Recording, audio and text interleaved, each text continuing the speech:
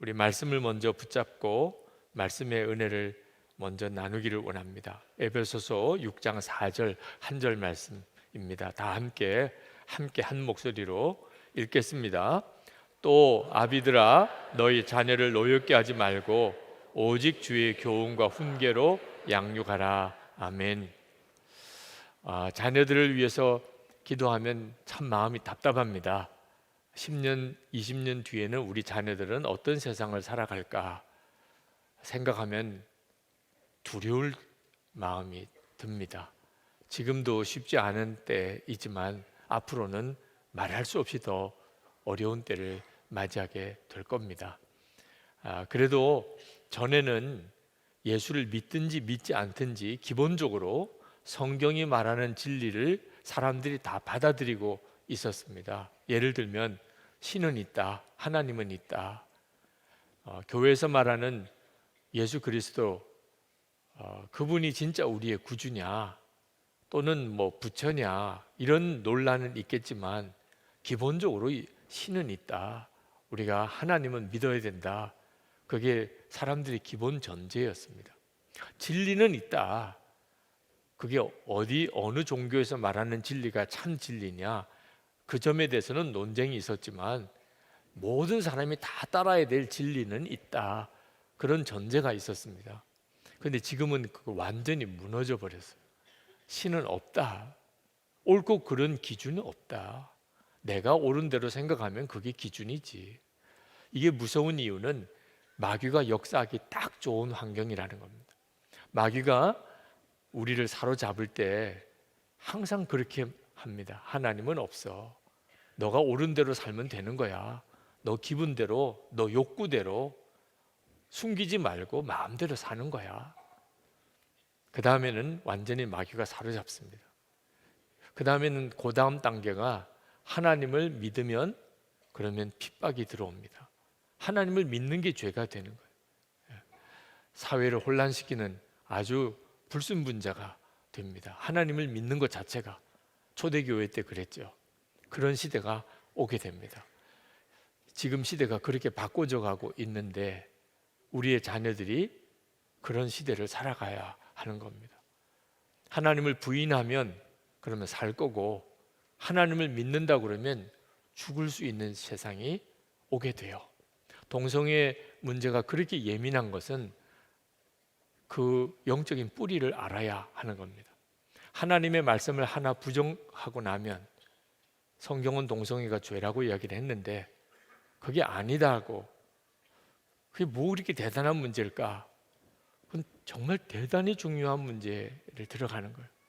그 다음에는 동성애가 성경에 죄라고 했다는 말을 하는 것 자체가 죄가 되는 시절로 바꿔지는 거예요. 지금은 절대 그렇지 않다고 이야기하지만 이미 그런 시대로 들어가고 있는 나라들이 있음을 봅니다. 세상은 엄청나게 바꿔져 가고 있어요. 오늘 우리 학교의 현실에 대해서 잠깐 우리 고백도 했지만, 학교 아이들 사이에도 하나님을 믿는 것이 조롱거리가 되고, 조금 더 가면 하나님을 믿는 것은 아주 불순한 일이 되는 시대에 벌써 들어와 있습니다. 우리 아이들이 정신적인 질환이 굉장히 심각합니다. 뇌 질환이죠. 병 중에 하나입니다. 뭐 감기가 걸렸든지 어디 팔다리가 부러진 거나 똑같은 거예요. 정신질환이 특별하게 이상한 문제는 아닙니다. 정신질환도 치료받아야 되고 또 병원에 가야 하는 문제죠. 그런데 정신질환이 영적인 문제와 깊이 연결되어 있습니다. 그래서 쉽게 그저 팔다리 부러진 것과는 좀 다른 문제가 있는 거예요. 그래서 오늘 우리가 이렇게 기도하는 겁니다. 우리 아이들이 이 뇌질환, 정신병을 앓는 가장 큰 이유가 가정에 있다는 거예요. 심각한 문제죠. 아이들이 정신적인 어떤 질병이 생기고 그것이 악화되어지는 중요한 이유가 가정에 있다는 거예요. 가정이 어떻게 되었길래 그랬죠? 가정의 끈이 다 지금 풀어지고 무너지고 있어요. 옛날과 같은 가정이 아닙니다. 지금은 부부 사이에도 얼마나 깨어진 부부들이 많은가요? 가족들 사이가 옛날과는 완전히 다르게 이제는 서로를 묶어주는 기능을 하지 못합니다. 그리고 가정에서 겪게 되는 일들이 세상 다른 어디서 겪는 것보다 우리 자녀들에게 심각한 문제를 일으켜요. 그래서 부모로부터, 형제로부터 우리의 아이들이 정신적인 병을 얻게 되는 겁니다. 거기에는 이 사회 분위기도 한 몫을 합니다. 하나님을 믿지 않고 부정하고, 그 말은 마귀가 이미 장악하고 있다는 뜻이거든요. 그러니까 이 사회 분위기, 학교 분위기, 세상 분위기, 이 사회 문화가 한번 아이들이 정신적으로 문제가 생기면 걷잡을 수 없이 심각하게 가게 만듭니다. 마약을 하게 되고, 그리고 또 성적으로 문란한 삶을 살게 되고, 그러니 그 아이의 여러분들 다 어린아이 시절과 청소년, 청년 시절을 다 지났지만 정신적으로 뭘 견뎌나갈 힘이 있어요. 생활이 무너지고 삶이 무너지고 성적으로 한번 이렇게 무너진 삶을 살고, 그건 감당을 못합니다. 스스로 극복을 못해요. 그러니까 정신이 감당을 못하는 거죠. 그러니 뇌질환이 생길 수밖에 없는 겁니다. 그리고 도무지 요즘 현대 의학으로는 완벽하게 그 정신질환을 치료할 방법도 없어요. 이런 새에 우리 아이들이 살고 있는 거예요. 앞으로 살아가야 됩니다.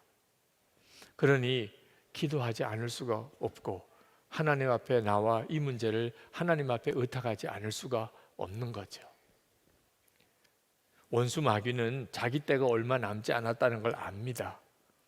그러니까 정말 마지막 발악을 하는 때에 우리가 있는 것 같습니다.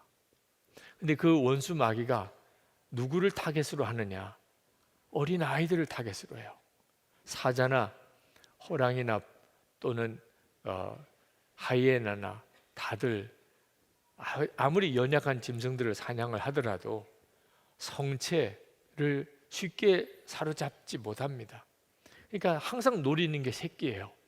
그 무리들 속에 어린 새끼들, 갓난 새끼들을 덮쳐요. 제대로 힘 한 번 못 쓰니까. 마귀가 지금 우리들의 자녀들을 그렇게 노리고 있는 거예요.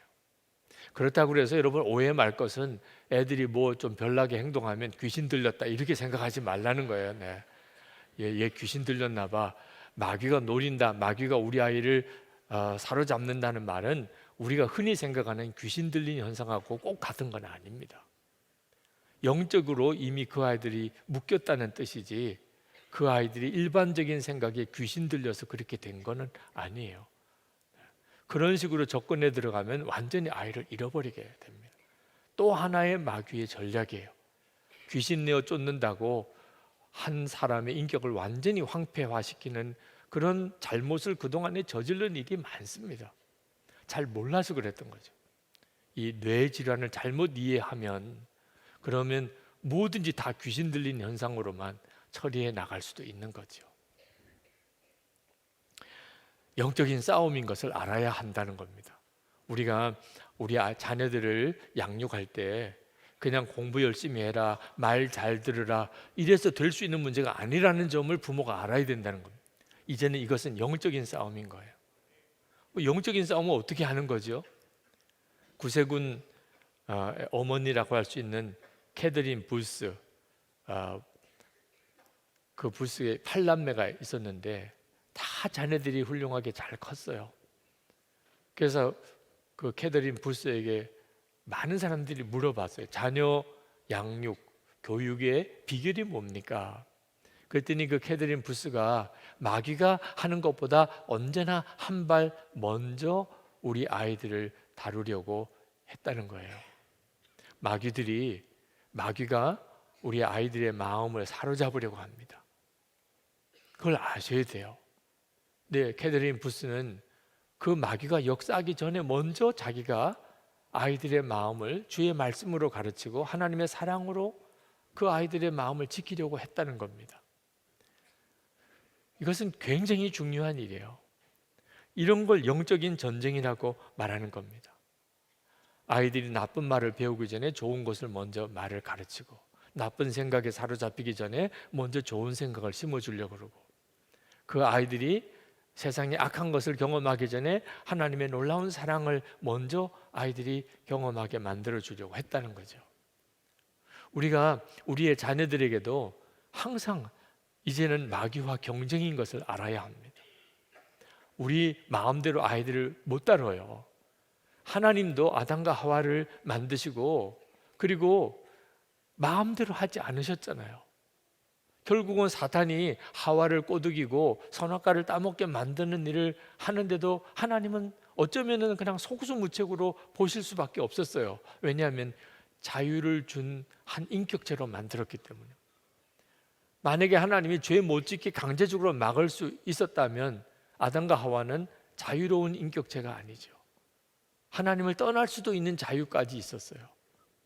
그러니까 하나님과 아담과 하와 사이에는 서로 사랑할 수 있는 관계였던 거예요. 배신할 수도 있는 자유가 있으니까 사랑하는 게 귀한 거죠. 사랑밖에 할 수 없다면 사랑이 왜 귀해요? 근데 안타깝게도 아담과 하와는 마귀를 쫓아갑니다. 그래서 우리에게 죄가 들어온 거예요. 우리 자녀들도 똑같아요. 우리도 우리 자녀를 놓고 우리와 마귀 사이에 자녀의 마음을 사로잡는 일을 놓고 지금 경쟁하고 있는 거죠. 그게 바로 영적인 싸움인 것입니다. 우리가 우리 자녀들에게 마음에 심어줘야 될 것이 주님의 교훈과 주님의 훈계예요.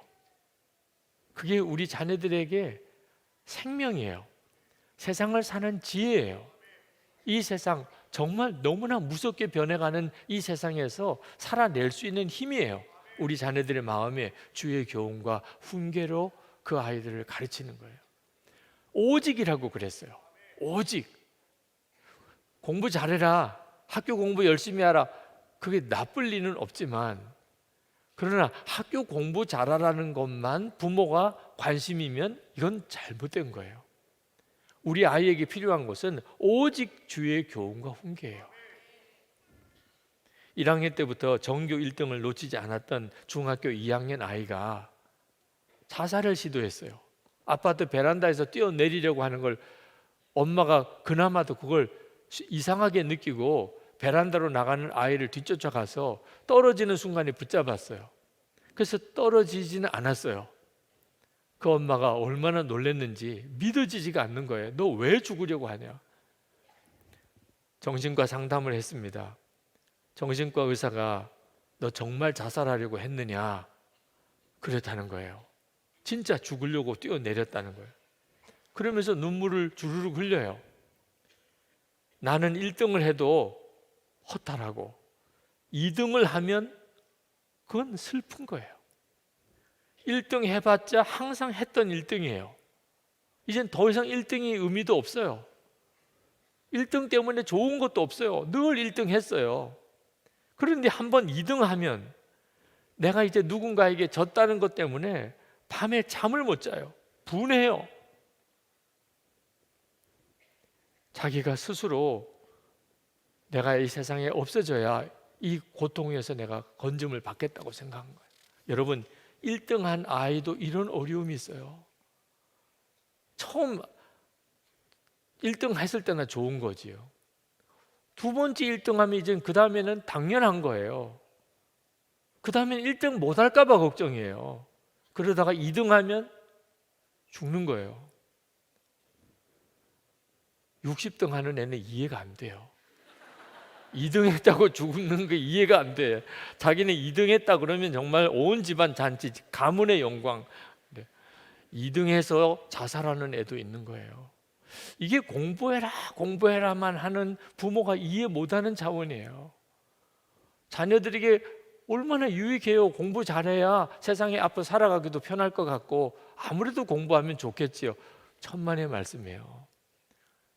우리 아이들이 공부해라는 말 때문에 죽음으로 내몰리는 일을 부모가 알아야 됩니다. 우리 자녀들에게 진짜 필요한 것이 무엇인지를 부모가 알아야 해요. 주의 교훈과 훈계예요. 그런데 문제는 아이들에게 주의 교훈과 훈계를 말로 가르칠 수 있는 기간이 굉장히 짧다는 겁니다. 그냥 확 지나가요. 아이들을 낳아서 아우 이쁘다 재롱 부리고, 그리고 뭐 보기만 해도 아주 귀엽고 하던, 그러고 어르다가 어느 순간에 가면 애가 완전 이상한 애가 돼 있어요. 말하는 것도 이상하고 행동도 이상하고.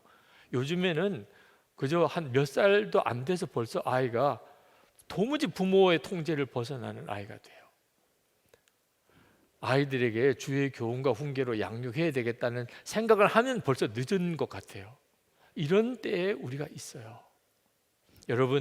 여러분에게 여러분의 자녀들이 어느 순간에 말로 더 이상 가르쳐지지 않는다, 말하는데 행동을 고치지 않는다, 그러면 이제는 말로 가르칠 때가 지났구나 하는 걸 알아야 돼요.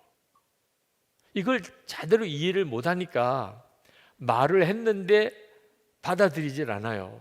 말을 했는데 행동을 고치질 않아요. 그러면 부모가 막 화를 냅니다. 얘 이제 이렇게 하면 안 되겠구나 하고 그다음부터는 매를 들기 시작해요. 이런 방법으로만 가게 되면 그 다음에는 아이들은 엄마 아빠가 하라는 완전히 반대로만 하게 돼요. 그게 옳으냐 그르냐 상관없어요. 엄마가 하라니까 싫은 거예요. 그래서 교회 가라 그럼 나 교회 안 가는 거예요. 교회 가는 게 좋으냐 나쁘냐는 판단은 상관없어요. 엄마가 하라니까 무조건 싫은 거예요. 공부해라 무조건 안 하는 거예요. 일찍 일어나라 무조건 안 하는 거예요. 그러니까 아이들이 말로 가르칠 단계를 지났는데 그 다음에 엄마가 더 이상 아이들을 강제적으로만 말로 가르치려고 훈계하면 그 다음엔 아이 잃어버릴 각오해야 돼요. 그때는 엄마가 좋은 소리로, 그래서 엄마도 지혜로우니까 그러죠. 엄마가 싫어도 엄마가 하는 말은 옳다. 그 말은 아이들에게는 통하지 않아요. 엄마가 싫으니까 엄마가 하는 말도 싫은 거예요. 엄마가 하는 말에 반대로 가고 싶은 거예요. 그러다가 어느 순간에 이제 식탁에 쪽지가 하나 올라와요. 네, 성공하고 돌아오겠습니다. 어느 순간에 없어졌어요. 그냥 집에만 있으면 좋겠다는 생각이 들 정도로 막 삼사방 돌아다녔는데 어디 있는지 알 수가 없어요. 그리고 죽음을 생각해요. 내가 죽으면 엄마 아빠도 울까? 내가 죽으면 그때 후회할까? 내 말 안 들어준 거?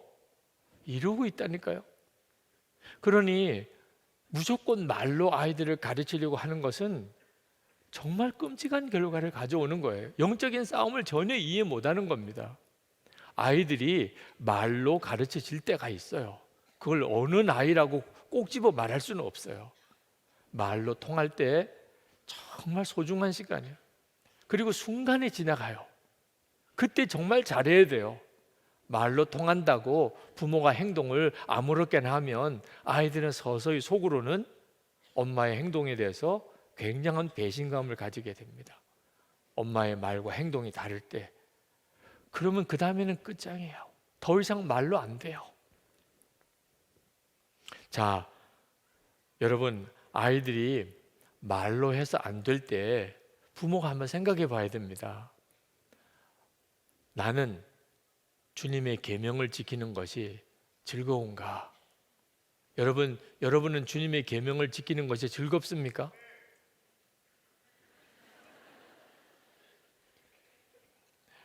여러분 스스로가 한번 돌아봐야 돼요. 저는 저 스스로도 주님의 계명을 지키고 하나님의 말씀대로 사는 일이 그래야 된다고 생각은 하지만 즐거움은 아니더라고요. 그게 기뻐서 하는 건 아니에요. 그렇지 않는 것은 그건 죄라고 생각하는 것 때문에 어떻게 해서든지 그렇게 살아보려고 애는 쓰지만 그렇게 사는 것 자체가 즐거움은 아니에요. 그러다 보니까 저 스스로가 엄청난 자기 모순에 빠지는 거예요. 즐거운 것은 따로 있어요. 해야 될 것을 정말 나에게 유익한 것, 그게 하고 싶어지면 그건 최고죠. 정말 나에게 해로운 거 하기 싫어지면 그러면 문제가 될 게 없어요. 그러면 정말 잘 사는 거죠. 근데 항상 반대가 문제예요. 내게 유익한 건 하기 싫고 내게 해로운 것은 하고 싶고, 그게 부모인 우리들도 똑같잖아요.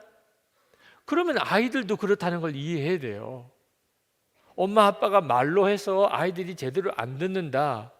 부모도 똑같잖아요.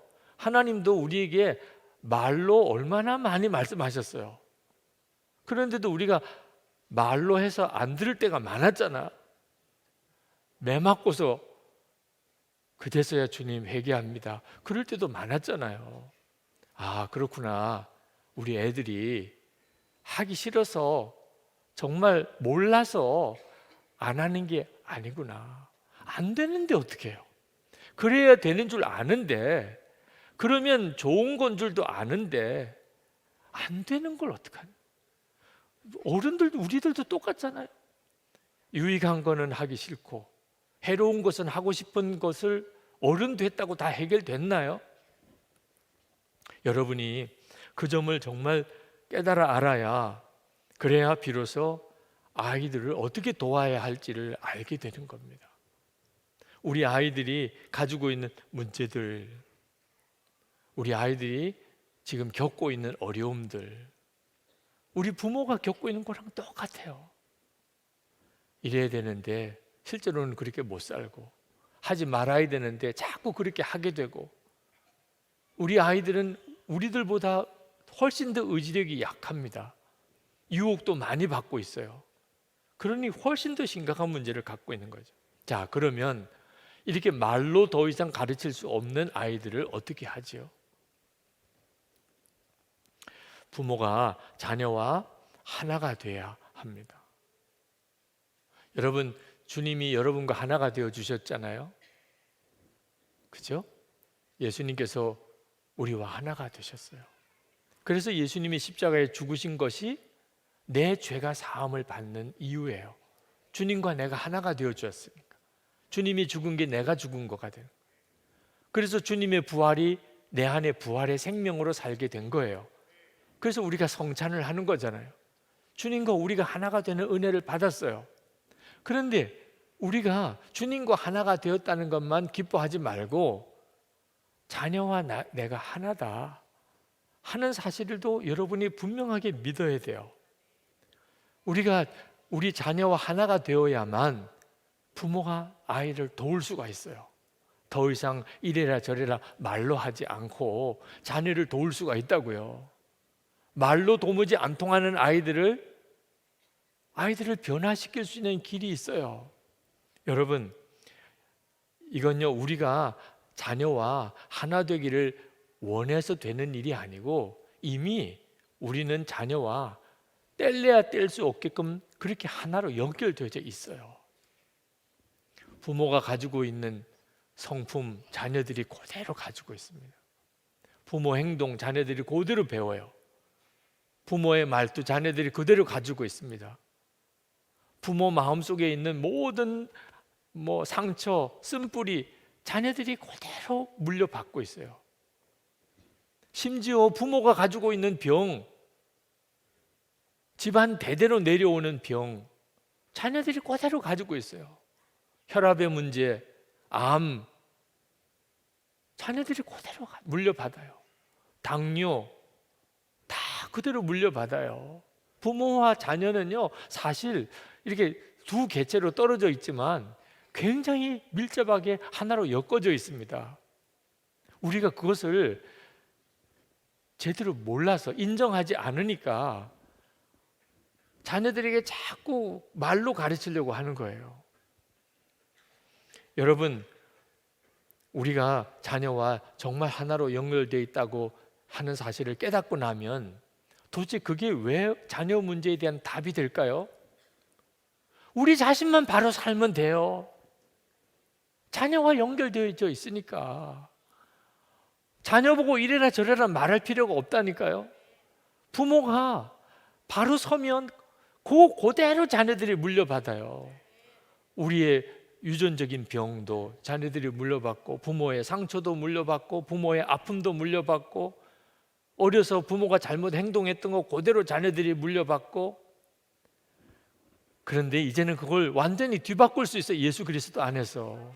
예수님 안에서 변화된 부모, 완전히 새로워진 부모, 그 은혜의 역사도 자녀들에게 고스란히 흘러간다니까요.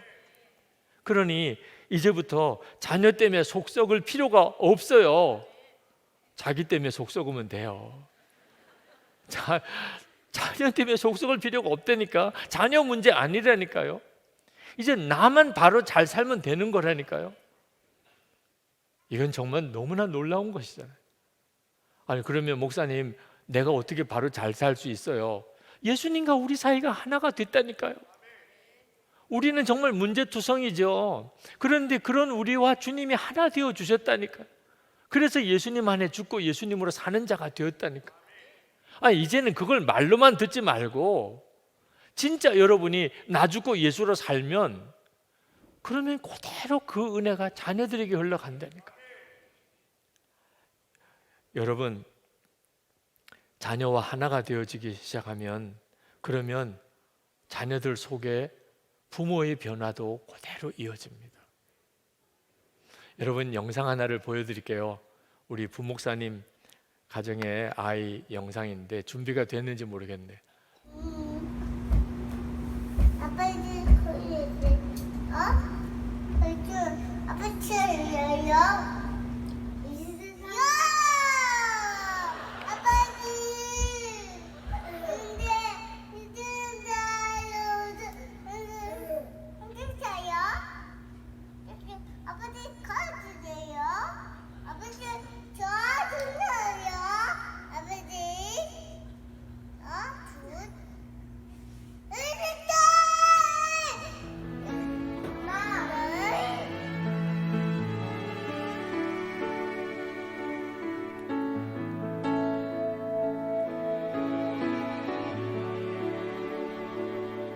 Above all powers, above all kings, above all nature and all created things, above all wisdom and all the ways of man,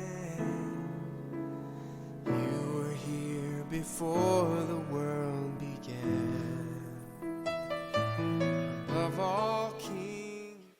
하여튼 우리 교회에 엄청난 부흥사들이 많이 지금 자라고 있습니다. 여러분, 우리 아까 우리 엄재현 목사님 둘째 아이 시우인데 저희가 어디서 저런 걸 배웠을까요? 성경 집회 와서 배웠대요. 네, 어른들이 기도하는 거 보고 그 아이들이 그냥 자기도 모르게 그냥 배워 가잖아요, 그렇죠? 우리 목사님 딸 중에 하나가 아빠 운전하고 가는데 뒤에서 동생이랑 뭐 놀이를 하더래요. 근데 유기성 목사님 놀이를 하자고 그러더래요. 그래서 궁금했대요. 도대체 유기성 목사 놀이가 뭘까? 그랬더니 주여 3번 부르자고 그게 유기성 목사 놀이라고 그러더래요. 아이들은 어쩔 수 없이 그냥 부모의 영향을 받아요. 묶여 있어요. 영적으로 부모와 자녀들은 아무리 아니라고 부정해도 부모 입장에서 어디서 저런 애가 나왔어? 절대 그렇지가 않아요. 그 부모의 그 자식이죠. 아이들도 나는 엄마 아빠하고 상종 안 할 거야. 아무리 그렇게 부정해도 할 수가 없어요. 부모와 자녀는 영적으로 묶여져 있어요. 그러니 그동안에는 자녀에게 쓴뿌리 심어주고 상처 심어주고 그 아이들에게 너무너무 어려운 것, 정신적인 질환, 뇌질환이 생길 정도로 그렇게 힘들게만 그렇게 해주었다면, 그리고 정말 몹쓸병, 뭐 피부 안 좋은 거, 뭐 머리 빠지는 거, 눈 안 좋은 거, 치아 안 좋은 거, 이런 것만 계속 물려주고. 근데 이제는 부모와 자녀 사이에 이렇게 연결되어진 것이 은혜의 통로가 될 수 있다니까. 부모인 내가 주님 앞에서 바로 서면, 진짜 십자가의 복음으로 거듭나면, 그러면 우리 아이들이 살 길이 열린다는 거예요. 이거 얼마나 놀랍고 황홀한 일입니다. 예수 그리스도 안에서 허락하신 엄청난 은혜죠. 우리가 이 사실을 정말 알고 나면 그러면 기도가 달라져요. 자녀 문제는 이제 더 이상 자녀 문제만 아니고 내 문제인 거예요. 그러니까 눈물이 나요. 예수님께서 이렇게 말씀하셔서 누가복음 23장 28절에 예수께서 돌이켜 그들을 향하여 이르시되 예루살렘의 딸들아 나를 위하여 울지 말고 너희와 너희 자녀를 위해 울라. 진짜 주님이 이렇게 말씀하신 그 심정 그대로 울게 돼요. 우리가 우리 아이들을 위해서 울 때 나를 위해서 울게 돼요. 그게 같은 문제니까. 아이들이 힘들어해요. 도무지 제대로 바른 행동을 못해요. 방황해요. 정신적으로 너무나 어려움을 겪어요. 그 아이들의 문제만 아니에요. 그게 그대로 내 문제예요. 그러니 아이들에게 더 이상 이래저래 말할 필요가 없어요. 아이들이 모르면 가르쳐 줄 필요가 있습니다. 근데 아이들도 다 알아요. 무엇이 잘한 건지 무엇이 잘못된 건지 다 압니다. 안 되는데 어떡하냐는 거예요. 안 되는데. 하고 싶어도 안 되는데. 알아도 그렇게 사라지지 않는 걸 어떻게 하냐는 거예요. 나쁜 게 더 좋은데 자꾸 그쪽으로 끌려가는데 어떻게 하냐는 거예요. 이제는 주님 앞에 주님 정말 살려주세요. 우리가 아이들이 병원에 입원하면 부모 할 일이 없어요. 그냥 보호자 대기실에서 눈물로 기도하는 것밖에 없죠. 하나님 살려달라고. 아이들 입시 치르러 고사장에 들어가면 부모가 할 일이 없죠. 그저 기도실에 와서 하나님 우리 아이 시험 잘 보게 해달라고 기도할 것밖에 없죠.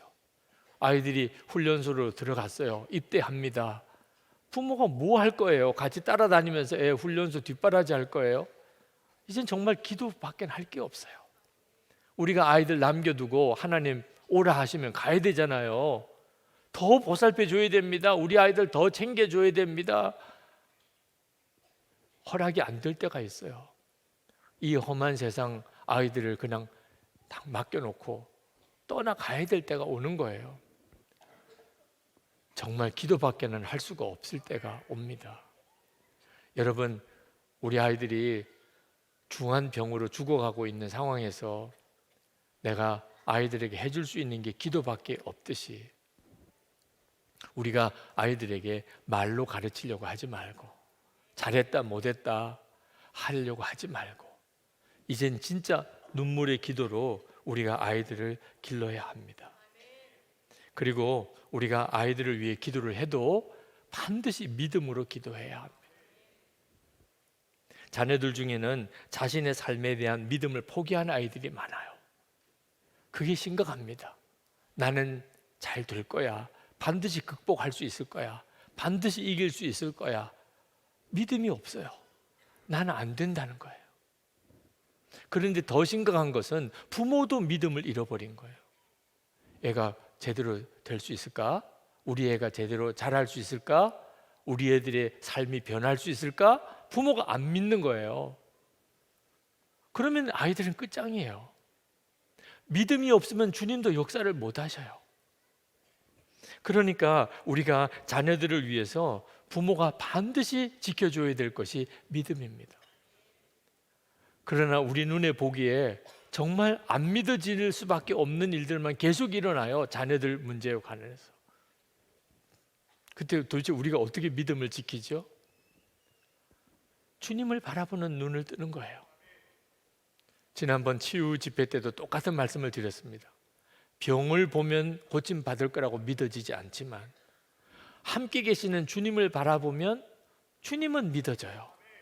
지금도 주님은 우리와 함께 계시잖아요. 그러니까 우리가 우리의 자녀들을 놓고 믿음을 지킬 때도 반드시 주님을 바라봐야 됩니다. 주님은 같이 계신다. 지금 우리 아이가 말할 수 없이 지금 어려움을 겪고 있지만 방황하고 있고 바로 마음 잡지 못하고 있고 그렇지만 주님은 함께 계신다. 아이를 위한 기도를 계속 시키시고 오늘도 이렇게 기도할 마음을 주셔서 주님 앞에 나오게 하셨으니 우리 아이가 우리 주님이 우리 아이를 모르실 리가 없는 거죠. 그러면 주님을 믿으라는 거예요. 여러분, 우리 힘으로 자녀들을 어떻게 고칠 수 있는 길은 없어요. 하나님은 우리에게 자녀들 책임지라고 하시지도 않았어요. 주님이 하시겠다는 거예요.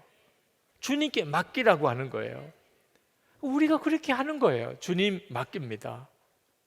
맡겼는지 안 맡겼는지는 뭘 보고 알아요? 마음의 평안을 보고 아는 거예요. 맡깁니다. 그런데 안 맡긴 사람이 있어요. 오늘도 계속 맡깁니다 하고 나갈 때 그냥 염려를 끌고 가는 사람도 있어요. 실제로 믿음으로 주님께 반응하지 않으니까 계속 자녀들을 대할 때 염려로 대하는 거예요. 주님을 진짜 믿지 못하니까 자녀들이 엄마를 통해서 아빠를 통해서 불신을 자꾸 느끼는 거예요. 난 안 되나 봐. 그러니 엄마 아빠가 저렇지. 엄마 아빠가 벌써 나를 안 믿고 있는데. 근데 어느 순간에 엄마가 나를 믿네. 아빠가 나를 믿네. 그 순간에 아이들은 정말 놀라운 충격을 받아요. 어떻게 나를 믿지? 내가 진짜 변화될 건가 봐. 부모가 자녀에게 해줄 수 있는 정말 놀라운 일이에요. 믿는 거예요. 부모 자신의 구원이기도 해요. 자녀 때문에 얼마나 걱정이 많습니까? 얘가 잘 될까, 잘 살까? 그런데 그걸 주님께 진짜 맡겨버리라는 거예요. 주님을 진짜 믿으라는 거예요. 주님, 더 이상 나 걱정 안 합니다. 여러분, 주님께 맡겼으면 진짜 맡기고 돌아가시기 바랍니다. 우리가 어떤 사람에게 정말 선물을 하나 주려고 해도 이거 제가 드리는 선물입니다. 그러면 그분이 무슨 이런 선물을 제가 받을 자격이 있겠습니까? 가져가세요. 아니에요. 자꾸 그렇게 실랑이만 하면 결국은 그분 못 받습니다. 드립니다. 그리고 깨끗하게 돌아서서 그냥 곧장 가야 돼요.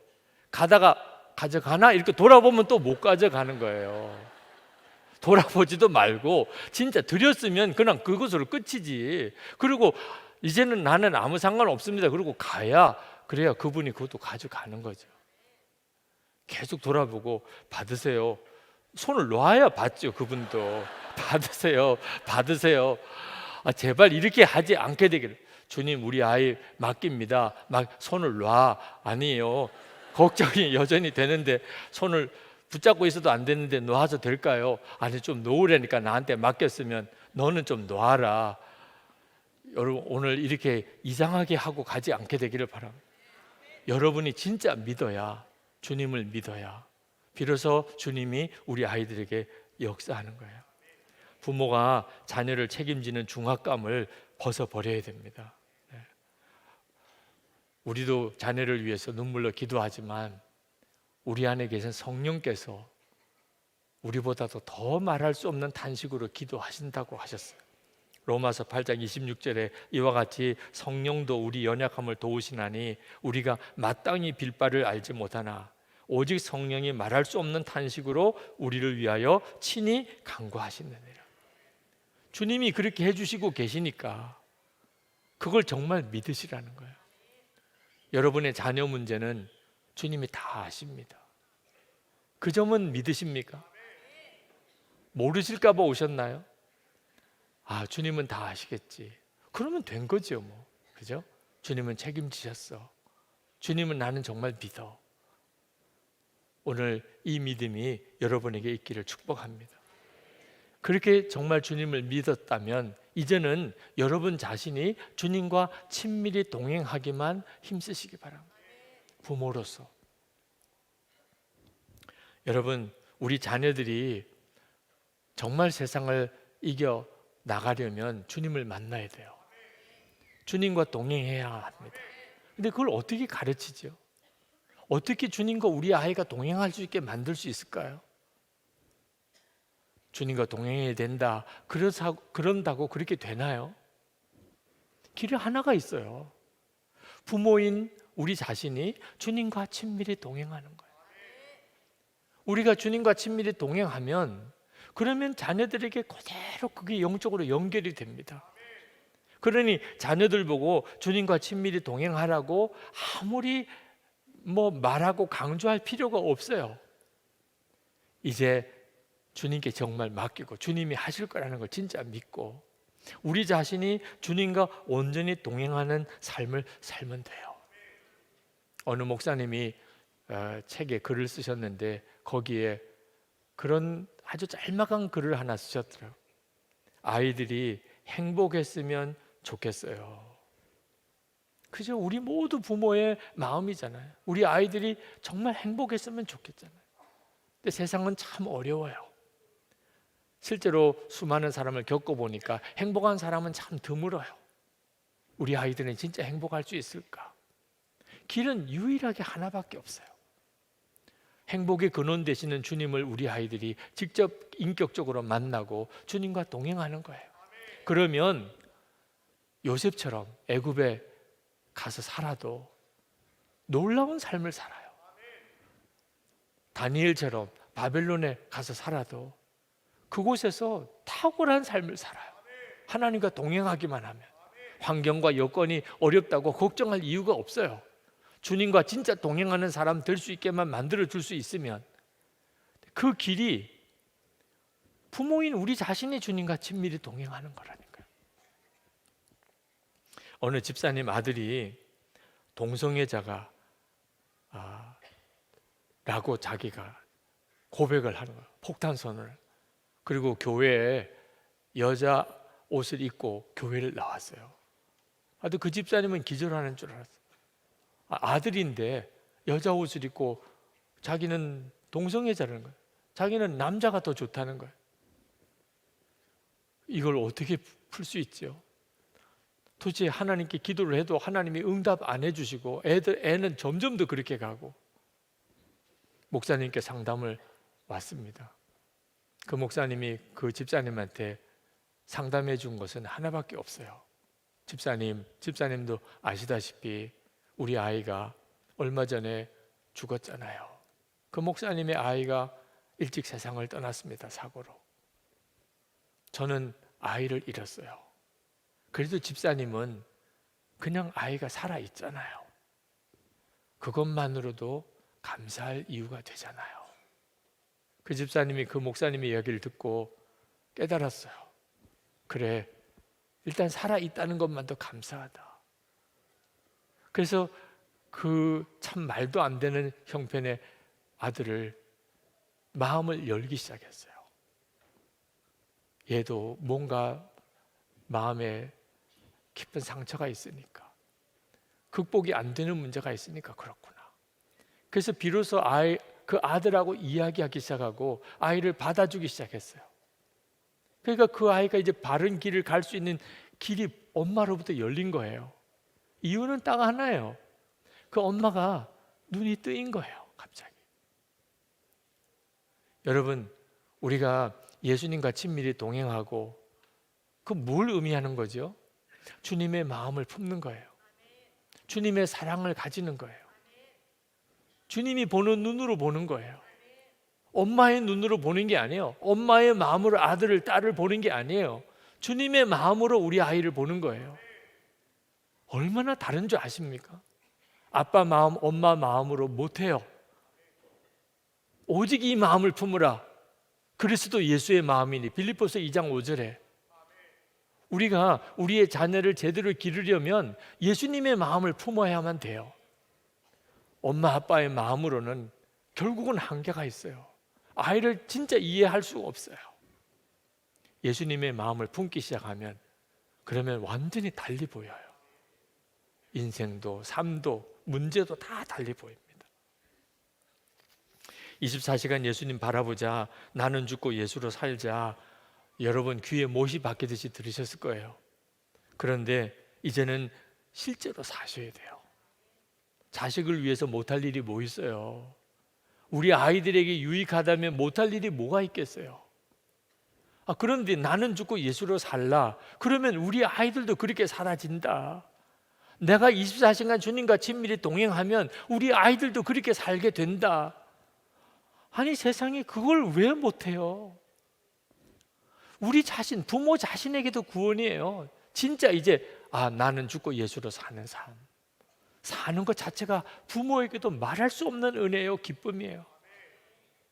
예수님과 친밀히 동행하는 것은 우리가 진짜 갈급하고 원하는 거잖아요.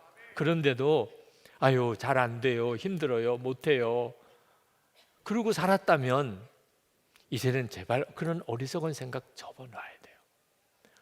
애들 보고 말로 아무리 바로 살아라 해도 엄마 아빠 자체가 그렇게 복음이 나는 죽고 예수로 사는 거라면서도 자기가 죽었다는 거 하나도 믿음으로 받아들이지 못하고 아직도 그 문제가 해결되지 않고 있는 형편에서 자녀들에게 뭘 더 이상 어떻게 뭘 요구해요?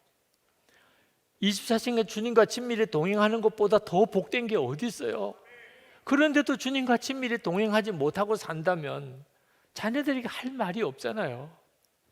그런데 우리가 나는 죽고 예수로 살고 진짜 주님과 친밀히 동행하면 우리 아이들이 그대로 살게 된다니까요. 그렇게 되게 하시는 역사는 주님이 하시는 거예요. 아유, 목사님, 그동안 제가 우리 아이들에게 저지른 일을 몰라서 그러실 거예요.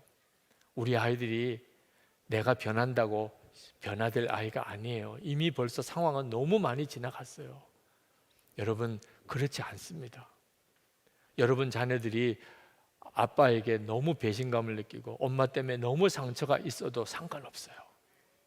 오히려 그것 때문에 엄마 아빠를 너무 잘 알잖아요. 거듭나기 전에 우리 엄마 아빠가 어땠는지, 형식적인 신앙생활만 할 때 우리 엄마 아빠가 어떻게 살았는지 아이들이 다 잘 알아요. 여러분들이 굳이 뭐 다시 리마인드 시켜줄 필요도 없어요. 여러분이 모르는 것까지 다 알아요. 그런데 여러분이 진짜 나 죽고 예수로 사는 사람이 되고 예수님과 친밀히 동행하는 사람이 되면 애들이 기절해요. 진짜 사람이 변하네. 정말이네. 예수님의 십자가의 복음이 이렇게 놀라우네. 우리 엄마가 다 변했네. 우리 아빠가 다 변했네. 완전히 딴 사람이야. 진짠가 봐. 복음이 진짠가 봐. 여러분이 그동안에 진짜 엉망으로 살았다면 오히려 더 소망이 있어요. 희망을 가지세요. 주님, 제가 그동안에 너무 망가진 것 때문에 주님 오히려 소망을 가집니다. 복음의 능력이 나타나게 해주세요. 나를 진짜 증인으로 삼아주세요. 그렇게 될 수 있다니까. 여러분도 살고 자녀도 사는 길이에요. 여러분, 부모가 연합하시기 바랍니다. 여러분이 나 죽고 예수로 살고 주님과 친밀히 동행하며 사는 일, 내가 그렇게 살면 우리 아이가 그렇게 되겠구나. 이게 하나님이 주신 기가 막힌 방법이구나. 그게 바로 주의 교훈과 훈계예요. 나 죽고 예수로 사는 거. 예수님의 생명이 내 생명 되시는 삶을 사는 거. 부모들이 서로 연합하셔요. 매일 일기를 쓰시면서 여러분의 진짜 복음으로 사는지를 매일매일 얼마나 많은 일을 겪습니까? 그때마다 진짜 나는 죽고 예수로 사는 것, 그것을 고백하는 일기를 서로 쓰며 나누세요. 자녀들의 문제에 대해서는 더 정말 그렇게 하세요. 부모들끼리의 영적인 연합이 필요합니다. 그래서 서로 복음으로 살도록 지켜줘야 돼요. 그러면 어느 순간에 자녀들에게 엄청난 일들이 일어나기 시작해요. 나는 아무것도 아이들에게 말한 게 없는데 아이들 안에 변화가 일어나요. 여러분이 그렇게 쓴 기록은 아이들에게는 영원한 영적인 유산이 됩니다. 할렐루야. 오늘 자녀들의 문제로 주님께 나오신 여러분, 여러분의 문제는 엄밀히 말하면 자녀의 문제가 아닙니다. 여러분의 문제예요. 여러분이 말할 수 없는 그런 타락한 죄인인데 하나님의 자녀가 되게 하시려고 예수님이 하신 방법이 여러분과 예수님과 연합하여 십자가에 죽고 부활의 능력으로 살게 하신 거거든요. 여러분은 여러분의 자녀를 품고 주여 우리 아이를 고치기 위해서 나를 고치소서. 우리 아이들에게 진짜 예수님으로 사는 그 삶을 부모인 나를 통해 보여주소서. 아이들은 다 알 겁니다. 엄마 아빠가 본래 어떤 사람이었는지. 그런데 예수님 안에서 진짜 변화된 모습을 우리 아이들이 보게 해 주옵소서. 오늘 이것이 여러분의 기도가 되기를 바랍니다. 우리 같이 찬송하고 기도하겠습니다. 주님 마음 내게 주소서. 찬양하겠습니다.